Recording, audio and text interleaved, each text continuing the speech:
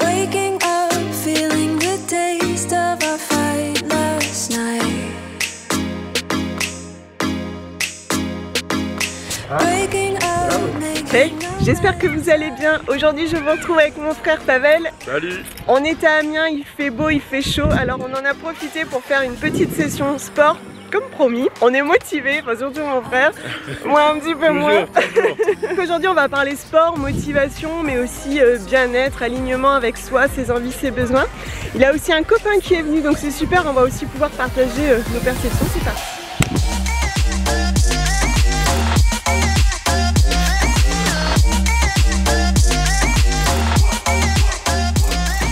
On est allé au parc du Grand Marais parce que justement il y a une grande zone verte avec une petite zone d'entraînement, enfin petite, plus grande que chez moi, et justement c'est typiquement le genre de zone où on peut s'entraîner, faire du gainage tranquillement, et c'est ce dont on parlait. C'est vrai qu'il y a souvent beaucoup de monde et qu'on n'ose pas forcément y aller, donc c'est là tout le challenge. Bon Pavel, oui. Tu fais quoi? Je m'échauffe. Échauffement des épaules. Très important. Ouais mais alors le truc c'est que si on n'a pas d'élastique c'est mort quoi.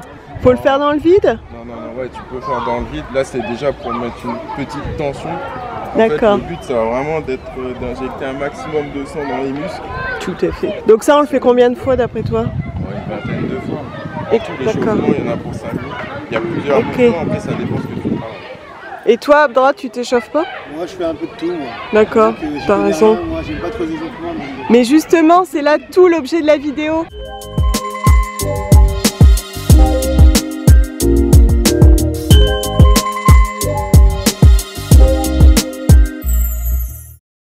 Du coup là dans les 3 séries que je fais, je vous disais à Lille, il y a cette série de pompes semi-allongées. On en parlait de cette idée de travailler plus le haut. C'est un petit peu difficile, je le sens vraiment ici et dans le bras, mais j'y vais tout doucement. On peut commencer par des séries de 5 et ne pas oublier de s'échauffer aussi, pas y aller trop franchement. Et là j'en suis à 4 séries de 10 avec un petit peu de repos entre chaque. Le pouce en dessous pour verrouiller ta position, toujours sécurité. Et plus entre guillemets tu vas chercher derrière tes pieds, plus tu vas mettre de tension sur ta pompe, plus ça va être difficile. Donc je suis bien sur mes orteils. Là tu es bien. Alors après, petite remarque, c'est que si tu vas chercher trop loin, après tu vas travailler tes triceps. Donc il faut quand même rester dans l'axe du buste. Toujours. Et l'idéal, donc ouais, c'est de descendre un maximum pour toucher et de remonter et de bien garder ton ventre gainé, bien utiliser tes abdos et ton dos toujours bien droit. Ok, c'est pas mal. C'est vrai que ça corrige avec tout. Mais c'est bien, c'est ça qu'on cherche. Nice.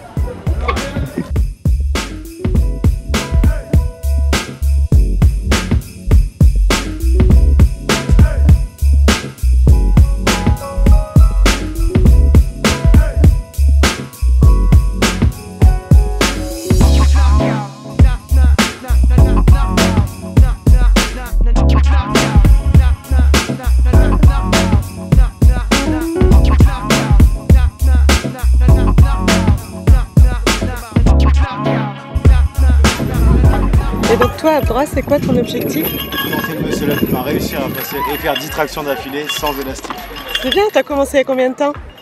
Il y a 2 mois, mais j'ai fait une pause qui avait le ramadan, du coup j'ai pas fait de sport. Ouais, mais là plus en vrai ça fait peut-être 2-3 semaines Pavel, non? Que je viens tout le temps. Ouais. Ça c'est bien. Ouais, bon après c'est long. Hein. Ouais c'est long, mais en même temps je trouve ça gratifiant de te dire t'as fait ta série, t'es venu, t'es sorti. Là au moins j'ai un objectif, c'est tenter le muscle up quoi. Et si je me muscle, tant mieux quoi. Ouais, le coach. Faut se trouver un copain et tout quoi. En train de m'entraîner à faire le handstand. Yes. Donc c'est le poirier en fait, de rester bien droit. Et c'est vrai qu'on ne peut pas se voir dans l'espace. Ouais, c'est ça. Donc si t'as personne qui te dit écoute t'es pas droit, ou alors tu penches un peu vers l'avant, toi dans ta tête tu auras l'impression d'être droit. Et donc pour corriger ton mouvement, c'est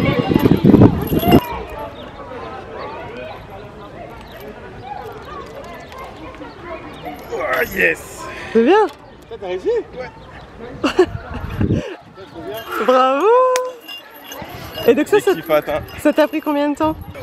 un peu plus d'une semaine que je tente.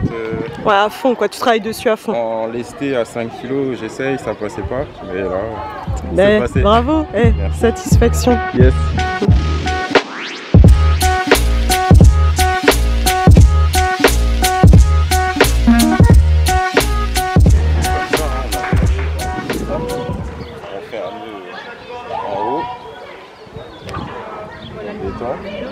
Ah, c'est ce que tu m'avais fait. Ah non. Ah si, c'est ce que tu m'avais fait faire. Ouais. Je vais le faire après, j'ai eu peur, oui. On met les deux pieds, on s'inquiète pas, ça va pas craquer. Ah mais c'est ouf quoi.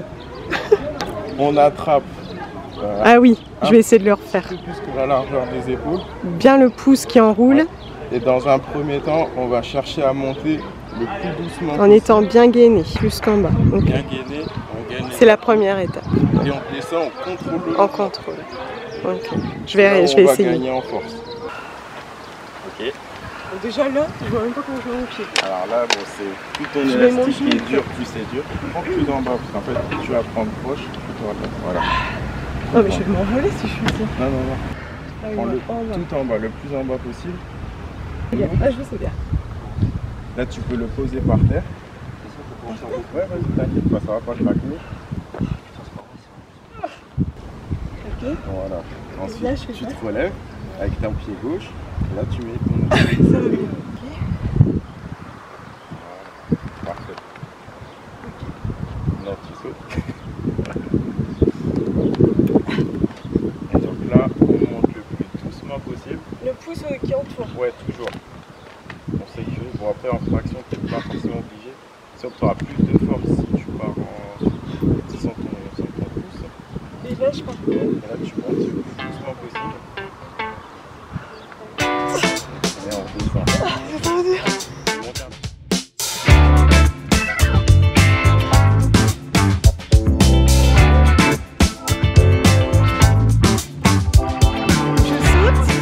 Ok, deuxième phase, ouais, tu sautes et le but c'est de tenir, voilà, le plus longtemps. Donc là on est en exercice de statique, on vient recruter l'endurance des muscles. Donc là ça va tétaniser, c'est normal. Et donc là on travaille précisément les triceps et les épaules. Non. Ouais, c'est bon, c'est bon. Donc ça, je fais 4 fois. Ok. 30 secondes comme ça, la dernière fois, tu prends déjà beaucoup. Ouais, je sais. Mais ça, je l'ai bien travaillé pour le coup. Donc là, hop, juste se suspendre. Garder les jambes bien droites pour recruter les abdos. Toujours le dos bien droit. Donc là, on vient renforcer la poigne et en même temps le côté statique dans les épaules. Et on tient le plus longtemps possible. C'est dans la tête. Le mental.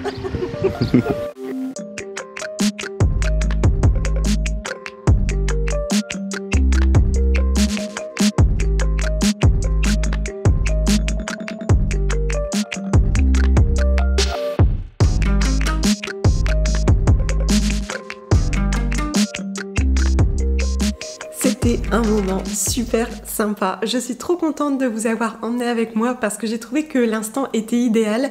Le fait aussi d'avoir un ami de mon frère avec nous, c'était absolument parfait parce que, encore une fois, on est tous et toutes différents avec des objectifs différents, des gabarits différents, des histoires différentes, des pathologies différentes aussi. Et je trouve toujours intéressant de confronter un peu notre perception et notre pratique du sport. Alors avec mon frère, on a beaucoup discuté de nos perceptions, de nos pensées limitantes et comment on peut se motiver les uns les autres, comment on peut s'entraider. L'un des sujets qui est le plus revenu, que ce soit entre lui et moi ou entre vous et moi, c'est la motivation. Comment faire naître la motivation et garder la motivation. Et c'est vrai qu'on s'est accordé sur cette idée qu'il était intéressant de mettre en place des petits objectifs intermédiaires. Ces objectifs, j'ai tendance à croire quand même qu'ils sont très personnels et ça me semble très important déjà d'être bien au clair sur le fait que chacune va avoir ses propres objectifs. Certaines vont avoir un objectif purement physique, d'autres ça va être la réussite d'une étape ou d'un temps par exemple, comme dans la course à pied. Et puis pour d'autres, comme pour moi, ça va être plus du ressenti, se sentir bien avec soi. Et dans tout ça, il peut y avoir des étapes intermédiaires. C'est-à-dire que par exemple, dans mon cas, lorsque je pratique la course à pied, je me dis souvent que j'aimerais vraiment être très à l'aise, dans un confort musculaire lorsque je cours. Ça me demande du temps, c'est-à-dire que c'est pas au bout de quelques semaines que ça va arriver. En revanche, je vais avoir des petits objectifs intermédiaires, courir par exemple mes 5 km en étant plus à l'aise, au lieu d'aller tout de suite sur un 10 et vouloir à tout prix être à l'aise sur un 10. Lui c'est pareil, mon frère il m'expliquait que quand il souhaite accéder à une figure ou à une étape de son entraînement, il a des petits objectifs intermédiaires qui vont d'ailleurs lui permettre de bien développer ses muscles de façon à être prêt pour l'exécution de la grande figure. Et en plus de ça, il sera plus en sécurité. Avoir des petits objectifs, mais surtout des objectifs en accord avec soi, ça me semble vraiment primordial. Être aligné avec soi-même, avec ce qu'on est et avec nos attentes. On se dit, il faut être focus sur ses propres objectifs. On est dans un monde social toujours plus complexe, on est de plus en plus exposé aussi aux réussites sociales des autres et on a vite fait de se perdre dans ses propres objectifs. On le disait, c'est vrai que maintenant, il y a plein de choses autour du sport, sur les réseaux sociaux, tout le monde montre très facilement ses réussites sociales, sportives, mais on a vite fait de se perdre en se projetant du coup dans ces partages sur nos propres objectifs. Les objectifs, être bien avec soi, se réapproprier son corps, retrouver de la confiance en soi, sont des objectifs tout à fait nobles et légitimes. En écoutant aussi d'autres personnes autour de nous, des personnes qui pratiquent dans d'autres domaines ou qui sont aussi plus âgées, qui ont donc plus de recul, on s'est aperçu que l'un des thèmes les plus importants dans la pratique du sport, c'était l'écoute de soi, de son corps et la sécurité. On a tendance à partir bille en tête sur l'effort et la réussite en négligeant parfois, souvent, les fondamentaux. J'en ai fait aussi les frais, notamment dans la course à pied. On oublie de s'écouter, on oublie d'écouter son souffle, on oublie d'écouter nos articulations, on oublie d'écouter nos muscles qui nous disent pourtant tant de choses. On insiste et à tort. Et alors là, justement, lorsque j'étais avec mon frère, c'était super intéressant parce qu'il ne me parlait pas tant de ma réussite, mais plus de rester, quoi qu'il arrive, en sécurité, le dos bien droit, aligné. Et j'ai trouvé que c'était très sympa de m'en parler et de le mettre en lumière parce que on voit beaucoup de coaching, on voit beaucoup de vidéos sur YouTube dont moi-même je m'inspire. Et souvent, on nous dit, comme dans les cours collectifs qui vont bientôt reprendre, garder le dos bien droit. Or, lorsqu'on n'a jamais vraiment été accompagné, qu'on n'a jamais pu pratiquer avec un miroir ou une personne qui nous apportait un feedback, on n'a jamais vraiment su ce que c'était d'avoir le dos droit. On a une perception, une sensation, on pense avoir le dos droit, mais ça n'est pas forcément une certitude. On s'aperçoit finalement que c'est vraiment très personnel et on travaille aussi la proprioception, qui n'est pas toujours bien installée du fait de nos modes de vie. Et d'ailleurs, mon frère qui nous parlait à un moment donné dans la vidéo du handstand, donc en fait c'est un poirier sur les mains qui ressemble un peu à celui dans le yoga, sauf que la méthode est totalement différente. Il m'expliquait que pendant longtemps il s'est entraîné, il pensait bien faire, jusqu'au jour où on a pris une photo de lui et il s'est rendu compte qu'il partait vers l'arrière alors qu'il avait la sensation d'être droit. Et j'ai trouvé que c'était intéressant, alors déjà pour le travail de la proprioception, mais aussi pour l'entraide. Si quelqu'un ne lui avait pas porté un regard extérieur, il ne le saurait peut-être toujours pas aujourd'hui. D'ailleurs, c'est le dernier point qu'on a évoqué avec mon frère, c'est l'échange, le partage, la communication et l'entraide. C'est vrai que, alors il y a des sports qui de base se pratiquent seuls et on aura tendance à plutôt du coup être isolés dans notre pratique, alors que nos pairs peuvent nous partager tellement de conseils. Alors là, je ne parle pas des conseils vraiment techniques qui vont être prodigués par des coachs qu'on peut tout à fait solliciter. D'ailleurs, lorsque je cours, je vois un petit groupe de femmes qui s'entraînent avec une coach. Et je me disais, c'est super sympa parce que c'est vrai que ça peut être assez onéreux, mais on peut se regrouper si on a par exemple un même objectif, un même niveau, et payer ensemble les services d'un ou d'une coach. Je trouve ça super intéressant. Mais bon, bref. Donc je disais, au-delà de l'aspect technique qui doit être évidemment prodigué par un professionnel ou bien au moins un kiné, dans le juste rester en sécurité, est-ce qu'on est bien droit, est-ce qu'on est bien à l'écoute de soi-même, est-ce qu'on va pas trop vite, dans les petits conseils, vraiment l'entraide et l'écoute. Et du coup, Mon frère il me disait, lorsqu'on va sur une zone d'entraînement, il ne faut pas hésiter à demander conseil. Mais je lui disais, en théorie, bien sûr qu'on se le dit tous, il faut savoir discuter, il faut savoir échanger, parce que ça fait partie des fondements de la vie humaine. Mais je dis, tu vois, en pratique, c'est pas si simple que ça, il y a tellement de gens timides, va demander à un mec bodybuildé, oui, vous pourriez m'aider, j'arrive pas très bien. Je suis pas sûre, honnêtement, même moi qui suis pas spécialement timide, je ne suis pas certaine d'y parvenir. Et donc, ça fait écho à mes suppositions et à mes pensées limitantes. Des fois même, au-delà du conseil, on a parfois juste besoin d'un peu d'impulse, d'un peu de motivation, et c'est ce que l'autre peut nous apporter. Et c'est tellement beau. Finalement, même dans le sport, on peut le trouver. J'espère que ce partage vous aura plu. En tout cas, c'est ce qu'on a essayé de faire, de partager avec vous des bonnes énergies, de la motivation, de l'envie de prendre soin de vous. On aimerait pouvoir partager de nouvelles vidéos, peut-être sur des thèmes plus précis ou bien des sports, des pratiques plus précises. Si ça vous intéresse, n'hésitez pas à nous laisser un petit message en dessous. Prenez soin de vous et à très vite. Ciao!